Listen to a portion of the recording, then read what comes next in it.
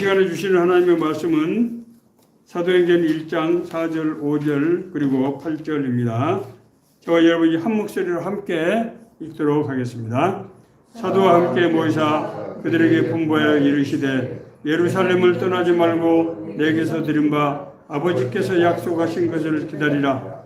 요한은 물로 세례를 베풀었으나 너희는 몇 날에 못되어 성령으로 세례를 받으리라 하셨느니라. 오직 성령이 너희에게 마시면 너희가 권능을 받고 예루살렘과 온 유대와 사마리아와 땅끝까지 이르러 내 증인이 되리라 하시니라. 아멘. 예수님께서 부활하신 이후에 나타난 두 가지 현상이 있습니다. 첫째는 세상이 달라졌다는 거예요. 오늘날 기독교는 이 근년에 들어와서도 전 세계 인구의 3분에 해당되는 한 25억 정도의 인구수를 가지고 있습니다. 사실 중세 때는 온 세상이 하나님을 믿을 정도로 그렇게 기독교가 부흥했었죠. 모든 그렇게 많은 사람들이 기독교를 믿으면서 인류 역사가 기독교적인 그런 이제 속성을 가지고 변화된 것을 우리가 알 수 있습니다. 우선 우리가 서력기원, 우리가 서구에서 사용하는 이 달력이 이제 BC와 AD로 예수님을 출생을 기점으로 해서 그 전을 BC 그리고 그 이후를 AD 그리고 사실은 우리가 가지고 있는 모든 제도 속에 이제 성경적 가치관, 성경적인 그런 이제 주제들이 스며들어 있는 것을 우리가 알 수 있습니다. 두 번째로 지난 2000년 동안 수도 없이 많은 사람들이 구원받고 거듭나서 성령님과 동행하는 삶을 실제로 살았다고 하는 것입니다. 놀라운 역사가 이루어졌어요.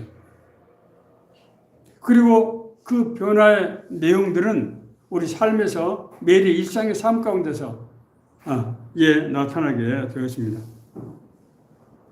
오늘 우리는 이제 예수 그리스도의 부활 이후에 성령 이제 절기를 지나면서 성령께서 우리 삶을 어떻게 바꾸시고 또 어떻게 인도하시는가 하는 문제에 대해서 저희들이 알아보고자 합니다.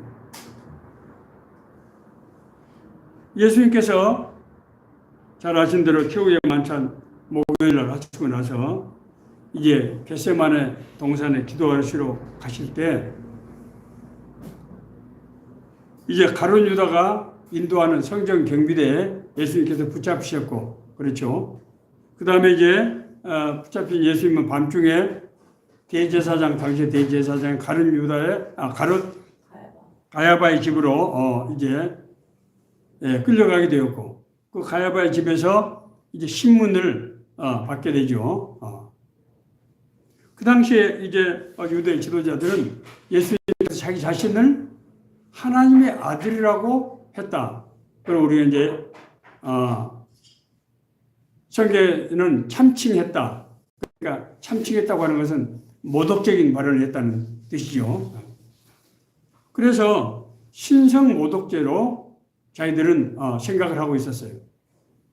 유대 율법에서 하나님을 모욕하는 것은 아주 가장 큰 범죄이기 때문에 이 사람은 하나님을 모독한 그런 자이기 때문에 이 사람은 도저히 구제 여지가 없는 그런 명백한 이 사람은 죽어야 될 그런 범죄를 지은 사람이다.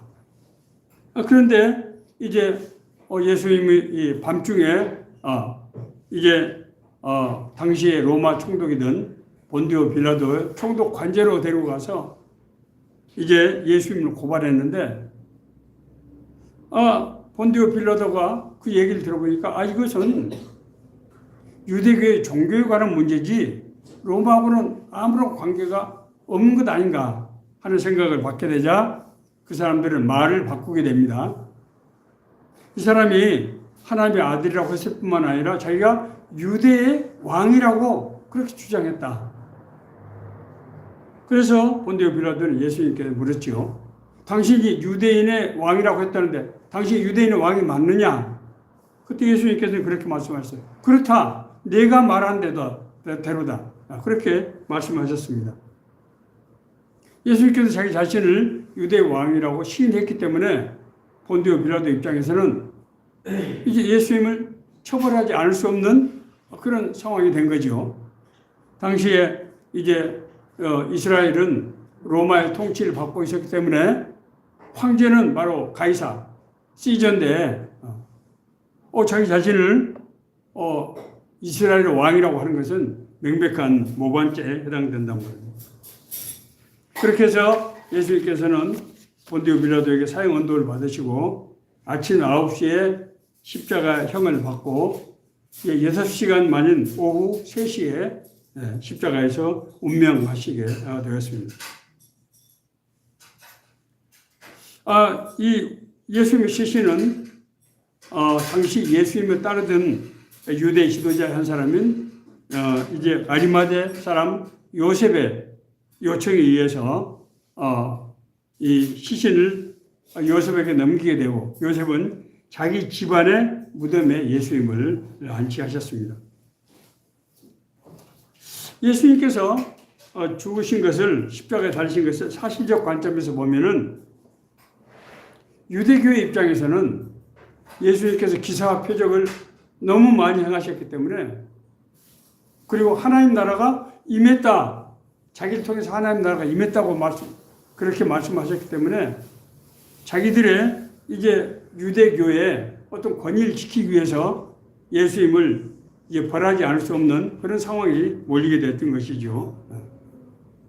본디오 빌라도 입장에서는 이 사람들이 지금 제기하는 문제가 자기들이 종교 문제라고 하는 것을 알았지만은 예수께서 자기 자신을 유대인의 왕이라고 했다는 그 말 한마디 때문에 자칫 잘못하면은 자기가 이 사건을 그냥 묵과하고 넘어가면은 이 반역에 동조하는 것이 되는 그런 결과가 되기 때문에 어쩔 수 없이 예수님을 십자가형에 처하게 되는 그래서 이것은 사실은 보면은 이것이 종교적인 문제가 아닌 신앙의 문제가 아닌 정치적인 사건이었다고 하는 것을 우리가 알 수 있습니다. 예수님께서 사망하신 금요일 이후에 이제 안식일 토요일이 지나고 나서 주일날 첫날 새벽에 이제 막달라 마리아와 다른 마리아가 예수님의 무덤을 찾았습니다. 그 사람들이 왜 예수님의 무덤을 찾았겠습니까? 막달라 마리아는 정말 예수님께 7 귀신이 쫓겨나가는 그런 은혜를 받은 사람이고 아마 밤새내 잠을 이루지 못하고 예수님께서 십자가에 달리신 그 현장을 당시에 목격을 했기 때문에 그 말할 수 없는 고난, 그 아픔을 보면서 밤잠을 이루지 못하고 있다가 이제 날이 밝자 새벽에 일찍 가서 예수님 무덤이라도 가서 봐야 되겠다는 마음으로 달려갔을 것입니다. 그때 놀라운 일이 일어나는데 지진이 일어나면서 이제 이 동굴 문이 열리더니 뒤에 천사가 그 굴러 나온 이 돌 위에 앉아서 이제 말씀을 하셨죠. 너희들이 찾는 예수는 여기 계시지 않는다. 너희 제자들에게 빨리 가서 예수님께서 갈릴리로 해서 너희들을 만나겠다고 하시는 그 말씀을 전하라. 그래서 이제 이 마리아가 베드로에게 달려가서 예수님께서 살아나셨다는 소식을 전하고 베드로와 그 제자들이 와서 예수님의 빈 무덤을 확인하게 되었습니다. 예수님께서 부활하시고 나서 제자들의 삶이 완전히 달라지게 되었습니다. 첫 번째는 부활하신 예수님을 직접 눈으로 보고 만져봤다는 거예요. 안식일의 첫날 때 제자들의 의실에 있는 집에 예수님께서 찾아오셨어요. 그리고 나서 너희에게 평강이 있을지어다 라고 말씀하시면서 손과 옆구리를 보여주셨어요.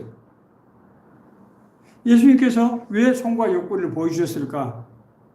도저히 제자들이 예수님이 육신을 가진 그런 존재로서 살아난다고 하는 것은 도저히 믿을 수가 없었기 때문에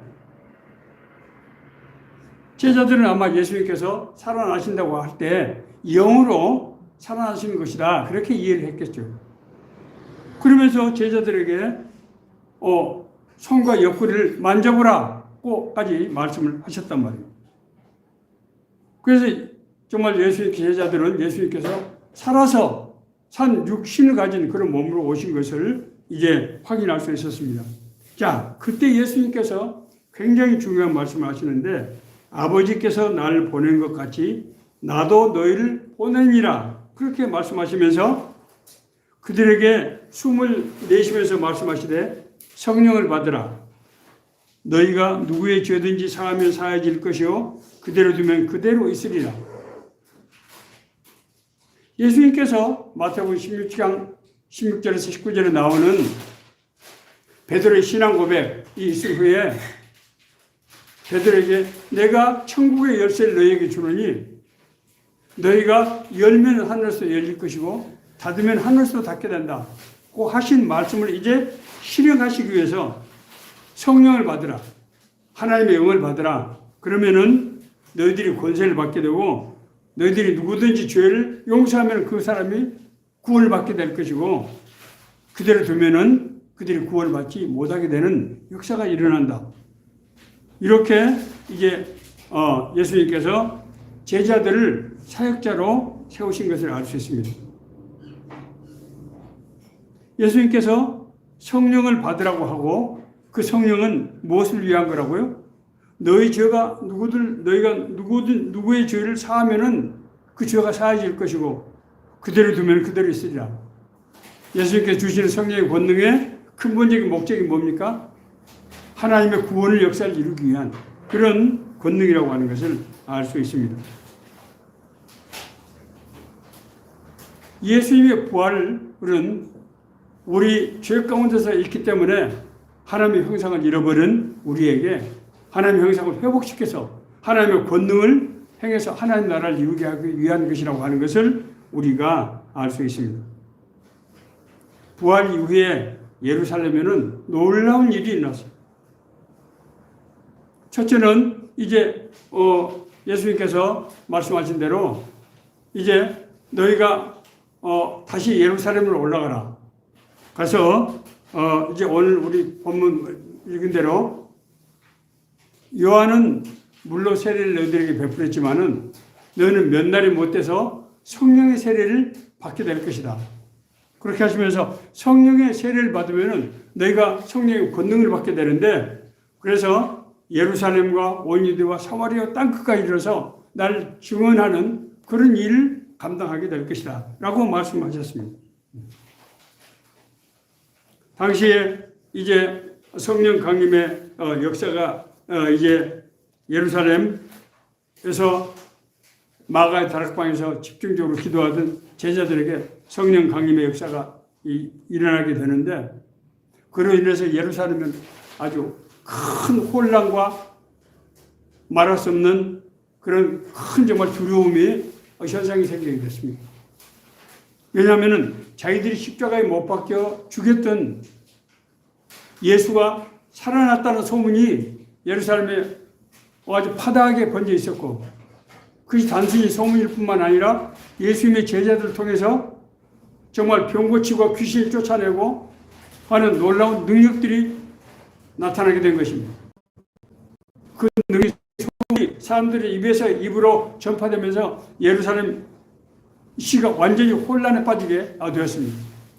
그때 이 사람들은 혼란에 빠져서 솔로몬의 이제 실로암에 모여서 서로 이게 지금 어떤 일이냐 하고 할 때 베드로가 그 앞에 나서서 담대하게 정했습니다. 베드로는 얼마 전까지만 하더라도 이 유대 지도자들의 눈을 피해서 의심했지 않으면 안 될 그런 상황이었어요.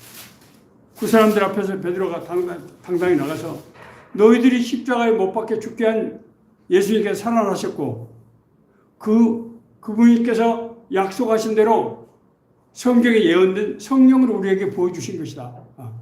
그렇기 때문에 너희들도 회개하고 세례를 받으면 성령의 선물로 받게 될 것이다. 이 복음을 전했을 때 거기에 듣고 있던 3천 명의 일시에 집단 회개하는 도저히 상상도 할 수 없는 일이 일어났고, 뿐만 아니라 성령의 은혜를 받은 사람들이 워낙 많았기 때문에 이 사람들은 이전의 삶으로 돌아갈 수가 없었어요. 그래서 이전에 율법주의고 형식적인 그 제사로 만족할 수가 없었던 것입니다. 그래서 자기들끼리 예수님의 제자들 따라서 모여서 하나님을 찬양하고 서로 예배를 드리고 할 때 자기들이 소유를 가지고 나서 서로 나눠주고 함께 더불어 사는 그런 사도행전 성령 공동체가 세워지게 된 것입니다. 많은 사람들이 예수님을 믿는 것을 핍박을 받았지만은 그들은 이제 예루살렘을 피해서 소아시아 지역 또는 지중해 지역으로 가면서 자기들이 들었던 예수님의 부활의 소식, 그리고 자기들 눈으로 똑똑히 봤던 제자들 통해서 병 고침을 받게 되고 귀신들이 쫓겨나가고 사람들이 변하는 것을, 그런 소식을 전했던 것입니다. 세상이 성령의 역사에 따라서 완전히 변화되는 그런 놀라운 역사가 일어났고, 그 성령 공동체가 교회로 바뀌면서 지난 2000년 동안 수도 없이 많은 사람들이 성령 은혜를 받고 구원받고 거듭났고, 그 사람들 지금도 자신의 일상의 삶 가운데서 성령의 인도하심을 받고 은혜를 받는 삶을 살아가고 있다고 하는 것입니다. 자, 오늘은 이제 예수님 부활 이후에 성령 강림의 절기를 맞이해서 우리가 성령님은 누구신가? 성령님은 어떤 일을 하시는가? 우리는 어떻게 하면 성령의 은혜를 받고 성령을 통해서 하나님의 나라 일을 할 수 있는가 하는 것들을 알아보고자 하는 것입니다. 자, 첫 번째로 성령님은 보혜사이시다. 보혜사. 보혜사는 영어로는 헬퍼라고 말합니다만 수호천사, 우리말로 하면은 하나님의 뜻과 인도하심 가운데서 다른 사람을 돕는 그런 일을 한 그런 존재를 보혜사라고 얘기합니다. 요한복음 14장 16절에서 17절 말씀은 내가 아버지께 구하겠으니 그가 또 다른 보혜사를 너희에게 주사 영원토록 너희와 함께 있게 하리니 그는 진리의 영이라 세상은 능히 그를 받지 못하나니 이는 그를 보지도 못하고 알지도 못함이라. 그러나 너희는 그를 아나니 그는 너희와 함께 거하시며 또 너희 속에 계시겠습니다. 성령이 어디 계신다고요? 우리 속에 계시면서 어떻게 한다고요? 우리와 함께 하신다는 거예요. 예수님께서 이 말을 반복적으로 하고 계세요. 성령이 믿지 않은 사람들은 보지도 못할 것이지만은 너희에게는 성령이 임하게 되는데 너희 심령 속에서 임해서 너희들의 삶과 함께 동행하시게 될 것이다. 그렇게 말씀하신 이 말씀은 예수님께서 이제 세상을 떠나시기 전에 제자들에게 당부하신 그 말씀 속에 있습니다. 나는 머지않아서 떠나게 될 텐데 그 대신 너희들에게 또 다른 보혜사 성령을 보내서 성령께서 너희들과 함께 하시면서 너희들의 삶과 사역을 이끌어 갈 것이다. 그렇게 말씀하시는 것입니다. 성령은 하나님의 영이에요. 하나님께서 인간을 창조하실 때 어떻게 했습니까? 육신을 흙으로 만드시고 코에다가 그의 숨을 불어넣으셨어요. 하나님의 숨이라는 게 뭡니까? 하나님은 우리가 눈으로 볼 때 육신을 가진 그런 존재가 아니시죠. 우리가 인간이 하나님을 알 수가 없어요. 그래서 하나님의 숨이라고 하는 것은 하나님이 가지고 있는 하나님의 속성, 하나님의 능력을 인간에게 불어넣었다는 그런 뜻이고, 그것은 하나님의 영이시기 때문에 하나님의 영으로 그렇게 우리가 해석을 하는 것입니다. 하나님이 이르시되 우리의 형상을 따라 우리의 모양대로 우리가 사람을 만들고, 우리의 형상을 따라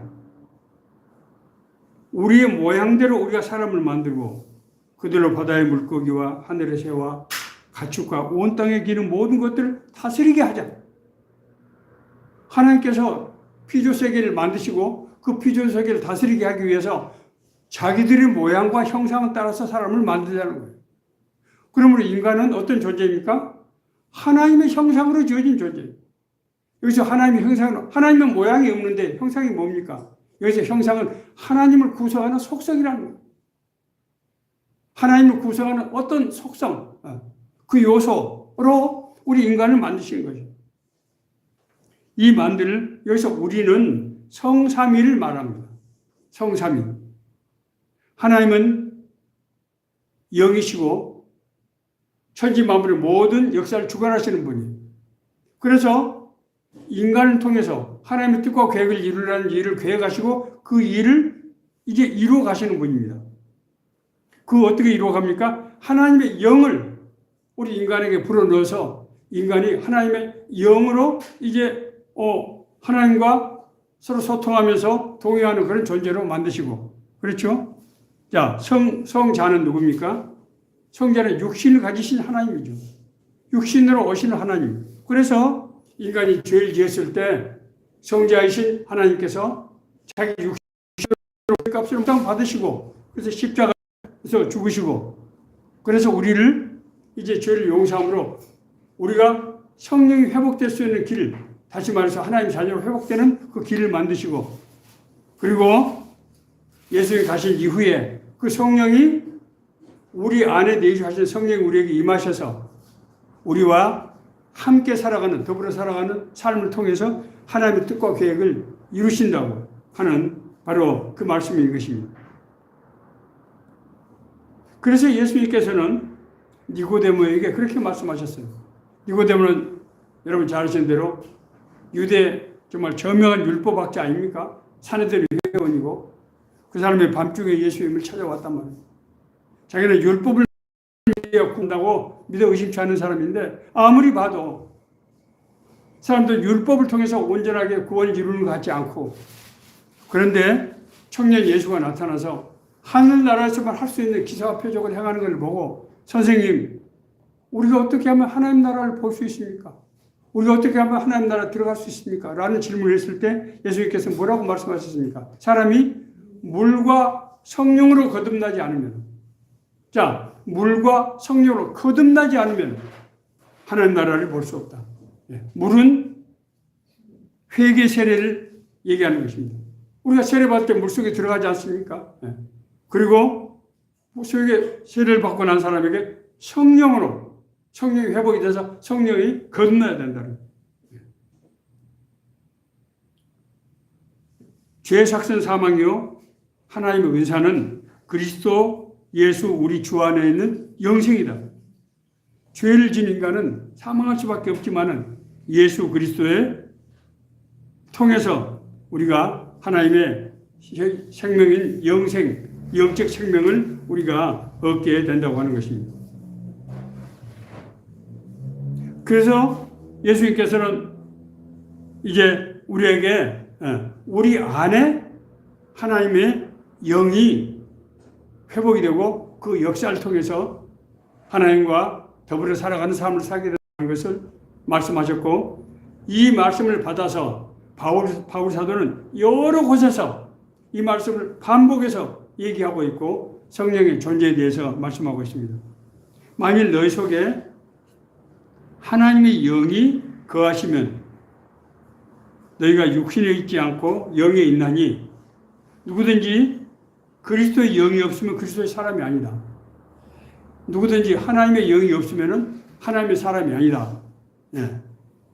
예수를 죽은 자 가운데서 살리신 이 영이 너희 안에 거하시면 예수를 죽은 자 가운데서 살리신 이가 누굽니까? 하나님이죠. 너희 안에 거하시는 그의 영, 자기의 영으로 말미암아 너희 죽은 몸도 살리시리라. 거듭거듭 성경은 말씀하고 있습니다. 두 번째로, 성령은 우리를 구원받고 거듭나게 했을 뿐만 아니라 우리 삶을 인도하시는 분이에요. 이것이 중요합니다. 그러나 진리의 성령이 오시면 그가 너희를 모든 진리 가운데로 인도하시리니. 하나님의 진리, 여기서 하나님의 진리는 두 가지 의미를 가지고 있습니다.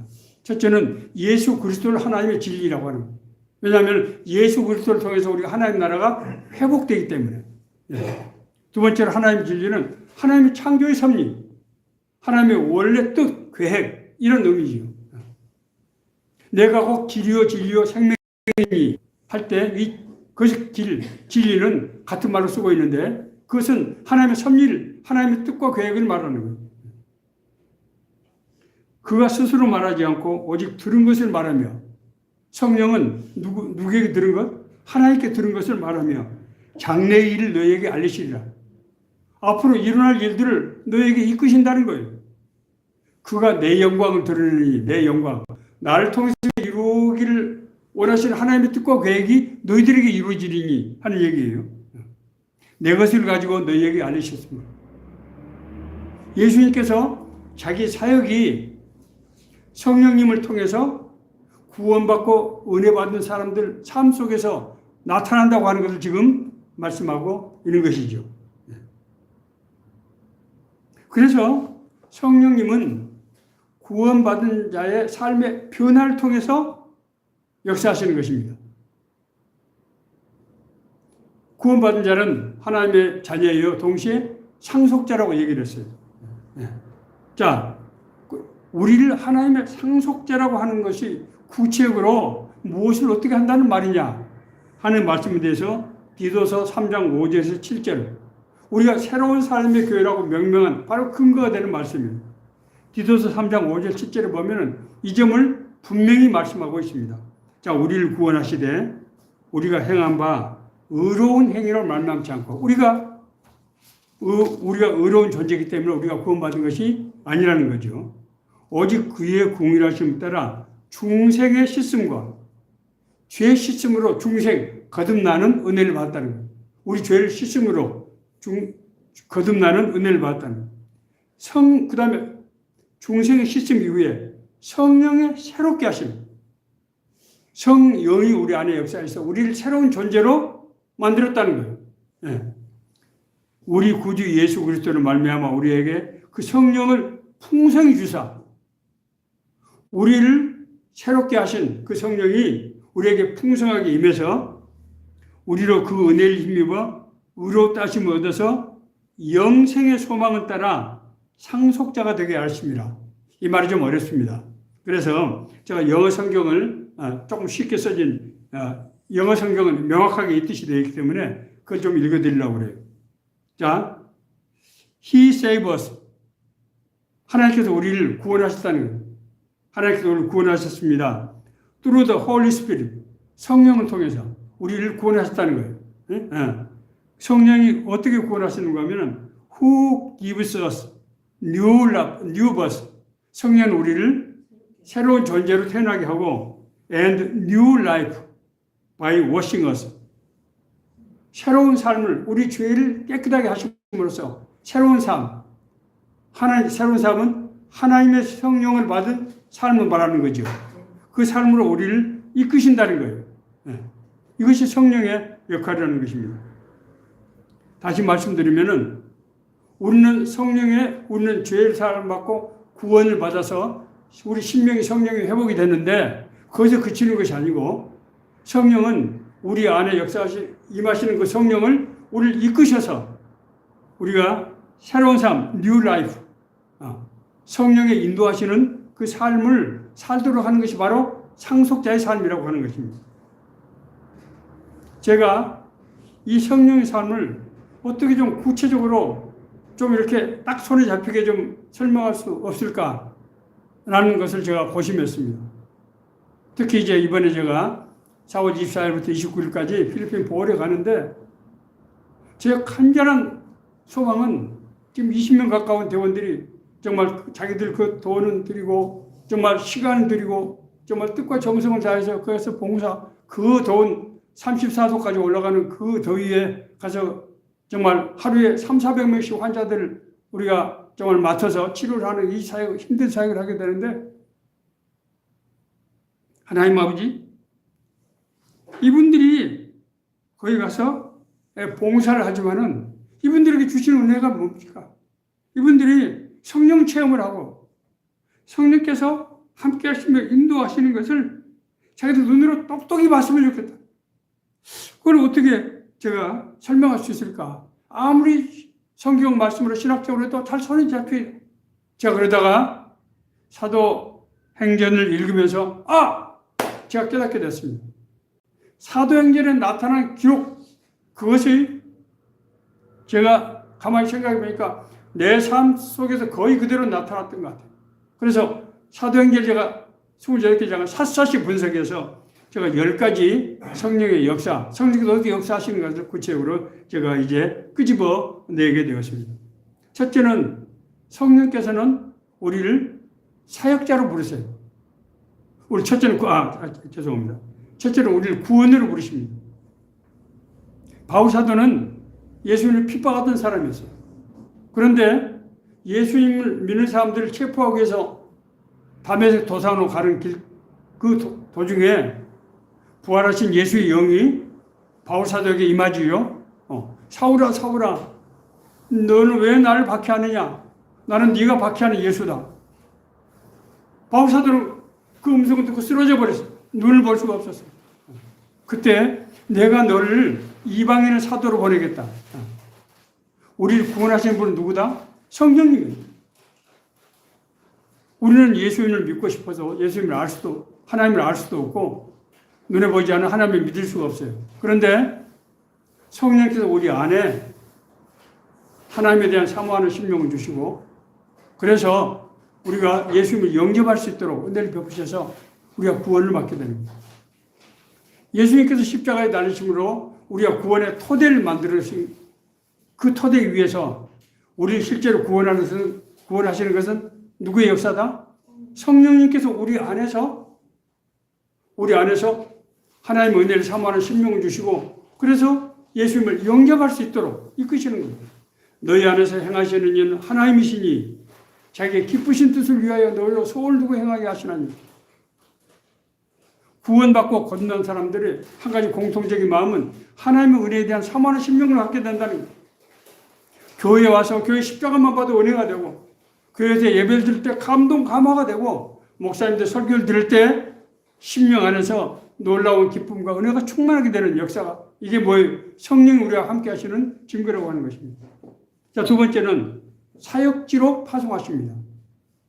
바울 사도가 은혜를 받고 나자 성령님께서 바울과 바나바 두 사람을 세워서 이제 저 사람들을 하나님의 일을 위해서 파송하라. 그런 말씀이 계셨어요. 사도행전 13장 1절에서 12절에 있는 말씀입니다. 그래서 바울과 바나바는 바나바의 원래 고향인 구브로 섬, 오늘날 지중해 가운데 있는 큰 섬, 사이프러스 섬에 가서 서기오 바울이라고 하는 그 총독에게 복음을 전했는데 그 총독의 복음을 영접하게 된 겁니다. 그래서 그 섬에 있는 많은 사람들이 구원을 받게 되고 복음이 지중해 한가운데서 이제 퍼지게 되는 놀라운 역사가 일어나게 된 것입니다. 자, 세 번째는 사도행전 14장 1절 18절로 성령께서 권능을 주십니다. 바울은 오늘날 말하면 터키의 중부에 있는 다섯에서 출생한 사람입니다. 바울은 자기가 은혜를 받고 구원받고 은혜를 받고 하나님의 충만한 그리스도와 동행하는 은혜를 받고 나서 자기 고향 사람들에게 가서 복음을 전하고 싶었어요. 더구나 그거는 아시아와 유럽을 연결하는 중간 지점이에요. 그래서 소아시아라고 부릅니다. 아주 중요한 지역이에요. 모든 사람들과 물류가 거기를 통과하는 거예요. 그래서 이제 루스드라라는 거기를 가서 복음을 전하는데 거기서 나면서부터 걷지 못한 사람이 있었어요. 바울이 보니까 너무 불쌍한 생각이 들어요. 그래서 그 사람에게 바울이 그 사람을 붙잡고 일어나서 걸으라 라고 했더니 이 사람이 정말 벌떡 일어나서 걷기도 하며 뛰면서 하나님을 찬양하는 것을 보게 되었어요. 그걸 보고 많은 사람들이 깜짝 놀랐어요. 이게 뭘까? 오직 성령이 너희에게 임하시면 너희가 권능을 받고 하나님의 권세와 능력을 받게 됩니다. 예루살렘과 온 유대와 사마리아와 땅끝까지 이르러서 내 증인이 될 것이다. 그 말씀이 이루어지는 것입니다. 네 번째는 성령은 갈등하고 대립하는 사람들 하나가 되게 하세요.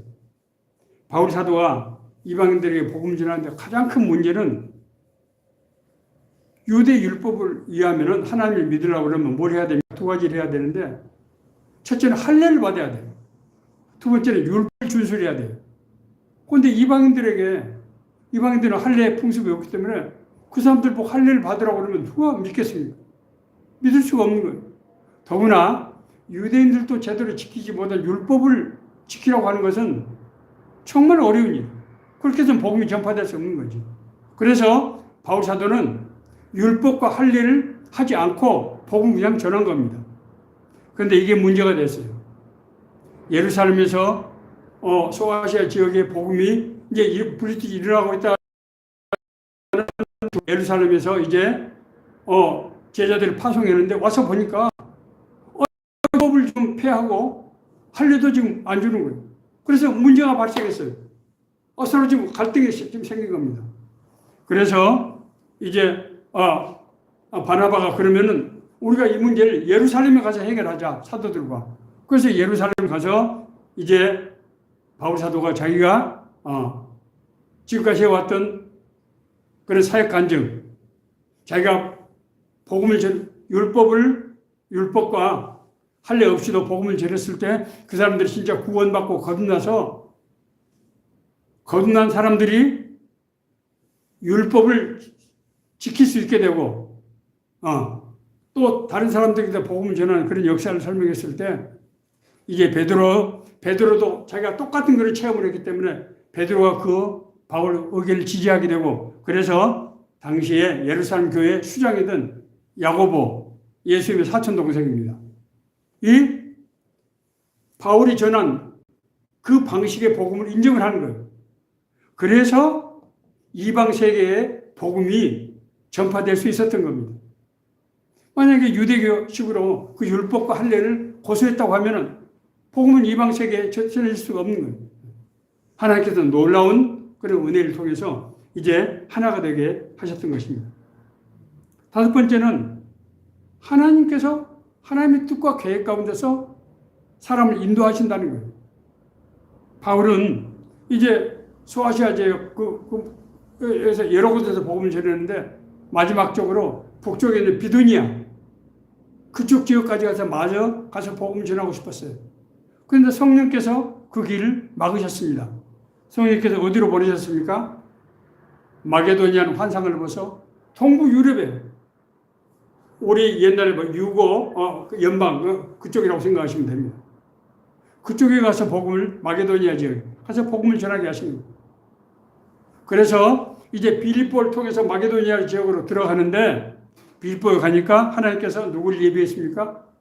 루디아라고 하는 자기 고향 지역의 인근 지역에 있는 소아시아 지역에 살던 그 사업하는 여성 사업가 루디아를 예비하셔서 그 큰 집에서 교회로 사용하게 하시고 그 빌립보 교회가 이후에 바울 선교 사역에 결정적인 도움을 주는 그런 역할을 하게 됩니다. 놀라운 하나님의 교회. 하나님께서는 성령이 하나님의 뜻과 계획 가운데 우리를 인도하신다는 거예요. 그 다음에 이제 여섯 번째는 하나님께서 결정적인 그런 이제 역사를 하시는데 바울을 로마로 이끄시는 거예요. 바울은 로마에 가서 복음을 전하고 싶었어요. 바울은 3차에 걸쳐서 한 10여 년을 걸쳐서 이 지중해 소아시아 지역 그리고 동부 유럽까지 복음을 전했는데 로마로 갈 수 있는 길이 열리지 않았어요.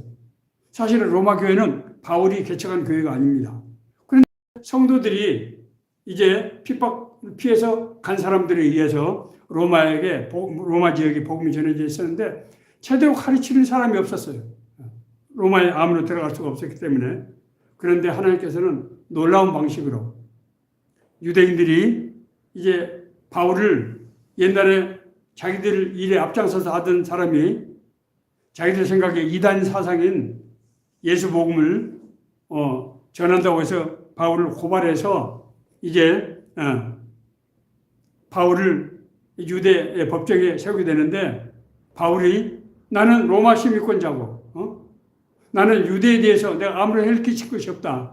그러니까 나는 내 죄의 시비 문제는 로마 법정에 가서 나를 받겠다 하고 할 수밖에 없는 상황이 됐어요. 그렇지 않았으면 바울은 살아남을 수가 없었기 때문에 하나님은 이런 놀라운 방식으로 바울을 로마로 행으로 이끄시고 바울이 가서 로마에서 상당 기간 대학자들 한 10년 가까이 거기서 있었다고 그렇게 추정을 하고 있습니다. 그래서 로마가 완전히 복음화됐어요. 그 당시 로마는 어떤 곳입니까? 모든 세계가 로마를 통해서 이루어지는 그런 지역 아닙니까?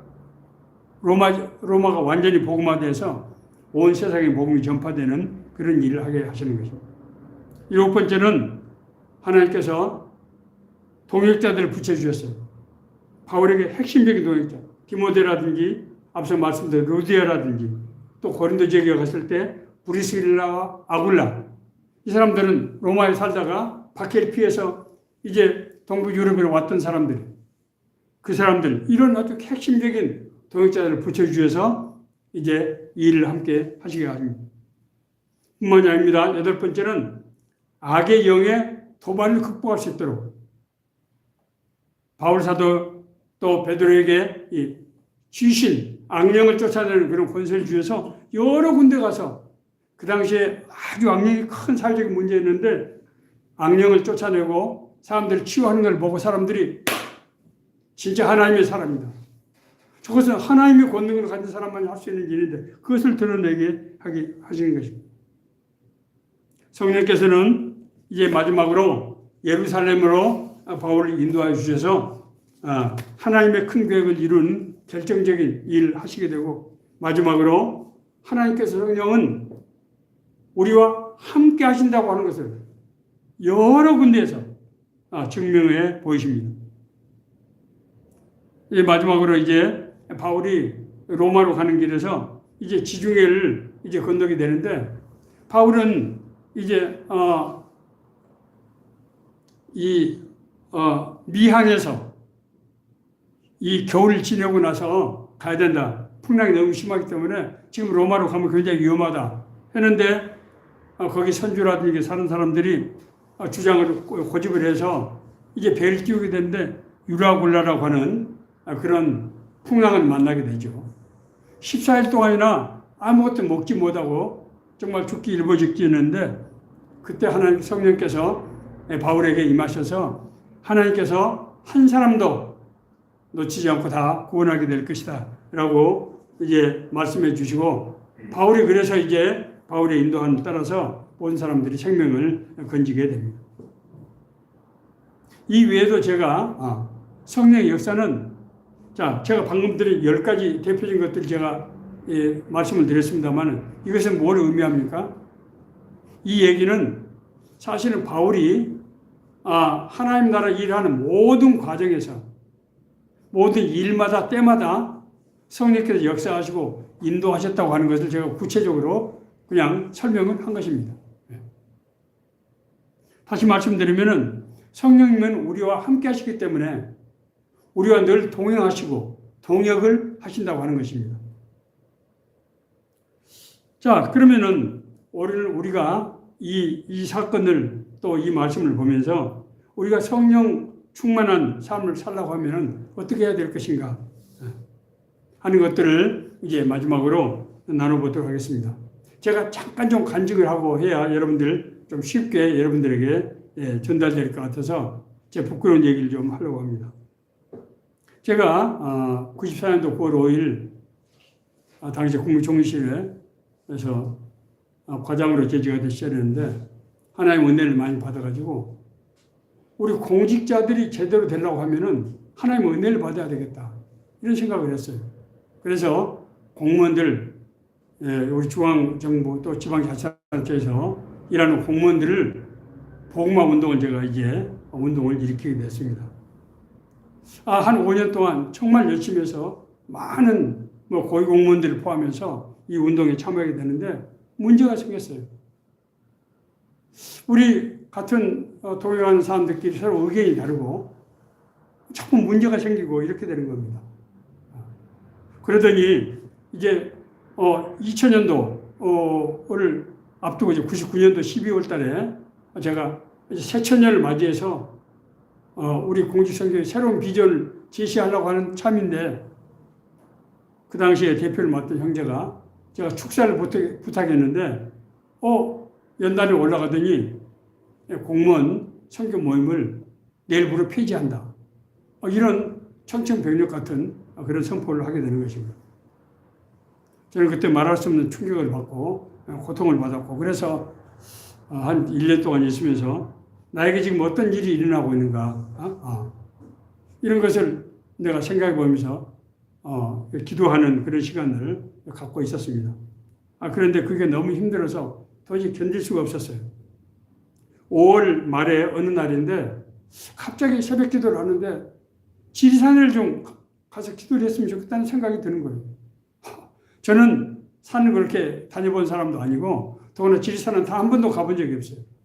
지리산을 종주하려고 그러면 이 짧은 거리가 2박 3일 코스고 긴 거리는 3박 4일인데 나는 지리산에 대해서 전혀 알지 못했어요. 그리고 산행을 어떻게 해야 되는지 알지 모르고. 그래서 그냥 결심을 하고 그냥 배낭 하나 둘러매고 지리산을 그냥 가게 된 겁니다. 뭐 가다가 어떻게 됐겠습니까? 첫날 이제 노고단에서 삼도봉으로 올라가는 길을 올라가야 되는데 잘못 길을 해가서 지금 나중에 알고 보니까 피하고로 내려가는 길을 잘못 들어가요. 그래서 골짜기로 한참 내려갔어요. 날은 어두워지고 그때 길을 만약에 이렇게 되면 산에서 아주 위험한 상황이 될 수밖에 없었습니다. 그때 기도하면서 하나님 내 길을 인도해 주십시오 라고 기도를 했는데 그러고 나서 이제 아무래도 내가 왔던 길을 다시 거꾸로 가봐야 되겠다 하는 생각이 들어서 거꾸로 가다가 이제 사람들을 만나게 됐습니다. 그래서 제가 두 사람을 만났어요. 그날 저녁에 어두워져서 당장에 어디 가서 잠을 자야 되는데 저는 그 당시에 산장이 어디인지도 모르고 산장에 어떻게 하면 들어갈 수 그것도 아무런 준비가 되어 있지 않았는데 그 두 사람이 저를 이제 세석 산장으로 장터목 산장과 세석 산장이 있는데 그 세석 산장으로 그 사람들 배려해서 원래는 2달 전에 예약을 해야 되는데 그분들이 이제 산장 관리하시는 분하고 잘 아는 분들이 도움을 받아서 산장에서 잠을 자게 됐고 저는 뭐 밥도 모르고 코펠을 가져갔습니다만 그분들이 밥도 하고 심지어 뭐 다른 여러 가지 이 산행에 필요한 것들을 저를 도와주시고 저하고 같이 이 천왕봉까지 올라갈 때까지는 그 두 분들이 동행하여 주셨어요. 나중에 내려올 때는 혼자 내려왔습니다만은 그리고 나서 이제 이분들 덕택에 제가 산행을 이 길을 이제 내가 찾아갈 그런 필요가 없으니까 이분들 따라가니까 2박 3일 동안 제가 돌아온 삶을 지난 삶을 돌이켜보고 기도를 하고 하는 가운데 내 자신의 허물들 이런 것들이 많이 보이게 되었습니다. 나중에 이제 산에 돌아와서 내가 선교 보호를 위해서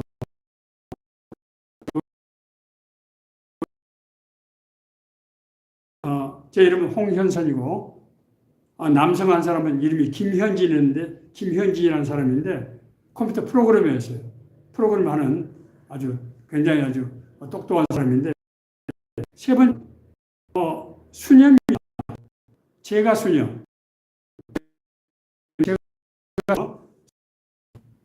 근데 그분 이름이 조차선이에요.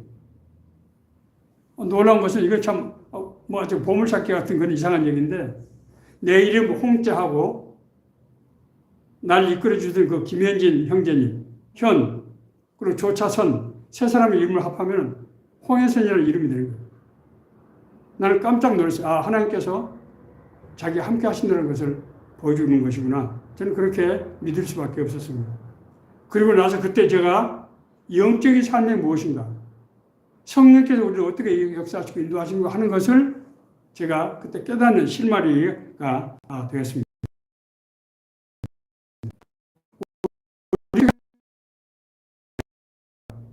성령 충만을 구해야 됩니다. 저는 제가 도저히 이해할 수가 없었어요. 정말 하나님 나라를 위해서 제가 그 당시에 공직에서 그 여러 가지 그 당시에 제가 맡은 일이 굉장히 사회적으로 문제를 많이 일으키고 어떤 그런 업무였었는데 그 업무를 하면서 이 선교사역을 한다고 하는 것이 사실 정말 말할 수 없이 힘든 일이었습니다. 그 당시에 저는 분당에 살고 있어서 광화문까지 왔다 갔다 정확히 지하철 타는 시간만 50분이었는데 집에서 나와서 1시간 반씩, 한 3시간 정도를 출퇴근 시간에 들여야 되고 정말 힘든 상황이었는데 제 마음속에 살기 망가지는 것이 왜 그런 것인가? 없는 거예요. 그러더니 어느 날 내가 한 2박 3일 동안 집중적으로 기도를 했으면 좋겠다는 마음을 성령께서 주신 거예요. 그래서 저를 광야 같은 곳으로 내 힘으로 할 수 없는 곳으로 날 인도하시는 거예요. 그 대신 하나님께서는 두 사람의 수호천사를 보내서 내가 기도할 수 있도록 내가 모든 걸 내려놓고 내 자신을 돌아볼 수 있는 기회를 주신 것입니다. 자, 두 번째는 우리가 성령을 받으려고 그러면 회개하고 자백을 해야 돼요. 저는요, 제 사역이 무너지는 그런 경험을 하고 나서 그 분노 때문에 견딜 수가 없었어요. 세상에 저는 그때 사실 한 번에 몸이 완전히 망가지는 그런 체험까지 했는데, 그렇게 하면서 그 사역을 이렇게 일어났는데, 이걸 하루아침에 그냥 무너뜨리다니. 세상에 이럴 수가 있는가? 아니, 하나님께서 어떻게 나한테 이렇게 하실 수가 있는가? 내가 그 공직에서 그렇게 힘들게 일을 하면서 이런 하나님 나라, 내가 얼마나 많은 사람들 제자로 세우고 복음을 전했는데 나를 이렇게 하실 수가 있는가? 더구나 그 당시에 저는 훈련원까지 결성해서 제가 4년 동안 훈련을 운영을 했어요. 날 도와주는 12명의 훈련 간사들에서 4년 동안이나 그래서 500명을 제가 훈련생을 배출해 냈다고요. 이런 일을 했는데 하나님께서 날 이렇게 할 수 있나? 나중에 산에서 가서 기도를 할 때 그동안에 내가 했던 여러 가지 것들이 생각나기 시작했어요. 내가 사람을 하나님 나라를 이루려고 하는 명분 때문에 우리 동역자들을 정말 몰아붙이고 그들에게 정말 힘들고 어려운 일들을 시키고 심지어 어디 학교를 가겠다고 하는 것을 학교는 나중에 성교 훈련 받고 나서 나중에 가도 되니까 그때 가라. 그걸 막아서 그 형제가 결국은 학교를 가지 못하게 되니 그런 일도 있었고 여러 가지 일들. 또 내 마음에 들고 일을 잘하고 충성한 사람은 좋아하고 그렇지 않은 사람은 별로 좋아하지 않고 사람을 이렇게 호불호를 선택했던 그런 일들. 또 내가 여러 사람들을 이 지도자들을 관리하고 운영하다 보니까 사람들을 평가하고 판단하고 어떤 그런 일들. 본의 아니게 상처를 주고 했던 일들. 그런 일들이 계속 생각이 나는 거예요. 그때 심지어 나에게 사역을 무너뜨리고 나에게 상처를 주고 나를 경멸하고 조롱했던 그 사람들도 내가 용서를 하고 내가 기도를 해야 되겠다 하는 그런 마음이 저에게 들게 되었습니다. 저는 그 2박 3일 동안 그 지리산 산길을 걸으면서 정말로 내가 지난 5년 동안 살아온 그 과정을 생각해 보면서 그때 내 순원들이 나보고 나에게 심지어 영성 점수가 40점이라고 하는 그런 모욕적인 말이기도 하고 나에게 고언도 하고 했던 것들을 그때는 들어도 내가 그냥 지나치고 했던 것들이 생각이 나게 되었습니다. 우리가 성령의 은혜를 받으려고 하면 자기가 알고 지은 죄 모르는 지은 죄를 하나님 앞에 회개해야 된다. 세 번째는 저는 성령의 은혜를 어떻게 생각했는가 하면은 하나님께서 나에게 무슨 신비한 방법으로 이를테면 마가의 다락방에서 오순절 성령 강림의 역사가 일어났던 것 같은 그런 사건을 통해서 은혜를 주시기를 사실은 기대하고 있었어요. 하나님의 음성을 들은다든지 하나님께 나에게 무슨 막 불 같은 걸 내려서 권능을 있게 한다든지. 그런데 제가 거기를 걸으면서 느끼게 된 것은 성령님은 나의 삶 가운데서 그 삶의 도중에서 그 과정에서 역사하시는구나. 앞서 말씀드린 대로 내가 한 번도 그런 장기 산행을 더구나 지리산 같은 그 큰 산을 가보지도 않은 사람이 그것을 가고 싶은 그런 열망을 갖게 한다든지 내가 만난지도 나는 길을 잘못 들어가지고 지금 자칫하면 큰 사고를 당할 뻔한 상황에서 두 사람을 보내가지고 나 길을 인도하시고 내 문제를 해결해 준다더니 아, 성령님은 나의 삶 가운데서 그런 보혜사가 돼서 인도하심으로써 역사하시는구나. 제가 그걸 깨닫게 됐어요. 그래서 제가 그다음부터는 그런 신비한 그런 체험 같은 것을 구하지 않게 됐습니다. 아, 성령은 우리 안에서 나와 함께 역사하시고 인도하신다는 성경 말씀이 바로 이걸 말하는 건가 하는 것을 제가 깨닫게 되었습니다. 우리가 하나님께서 우리가 항상 우리가 믿음으로 하나님께 맡겨야 된다. 그래야 하나님 인도한다. 이렇게 말씀하고 있습니다. 물론 맞습니다. 그러나 우리가 하나님께 맡기는 것만으로는 부족해요. 우리 삶 가운데서 하나님께서 어떻게 역사하시는가 하는 것을 우리가 보고 알 수 있어야 됩니다. 아, 그래서 이것은 성령께서 나를 지금 길을 막으시는구나. 나를 이쪽 길로 인도하시는구나. 성령께서 나에게 사람을 붙이려 하는 것들을 깨달아야 된다는 거예요. 그렇게 해야 이제 우리가 성령의 뜻에 합당한 성령과 같이 동행하고 동역을 할 수 있다고 하는 것입니다.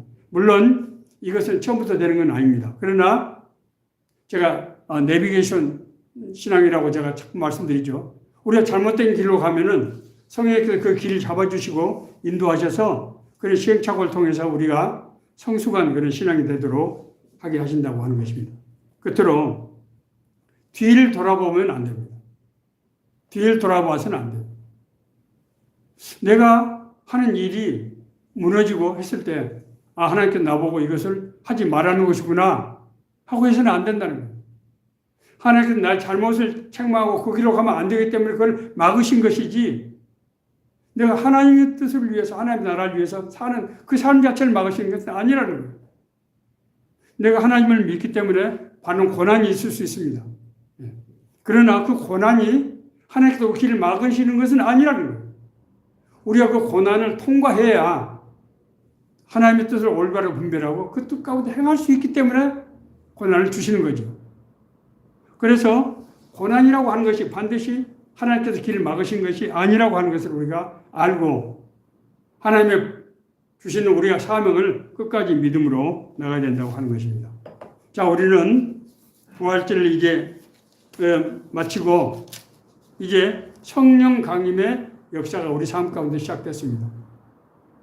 우리 안에 성령이 역사하신다고 하는 것은 우리가 구원받고 거듭났다고 하는 것은 그래서 움직일 수 없는 사실이에요. 성령이 역사하시지 않으면 우리는 절대로 구원받을 수 없어요. 우리 삶 가운데서 교회로 인도하시고 우리 삶을 하나님께서 성령으로 인도하신다고 하는 것을 우리가 그런 시선을 가지고 우리 삶을 되돌아보면은 정말로 내가 만나는 사람, 내가 함께하는 사람, 그리고 내가 하는 일이 성령께서 인도하시는 일이라고 하는 것을 우리가 알 수 있게 됩니다. 오늘 이 말씀이 우리가 이제 부활을 절기를 지나고 우리가 성령의 역사 길을 가는 우리에게 주시는 하나님께서 인도하시는 그런 은혜의 말씀, 생명의 말씀 되기를 간절히 바랍니다.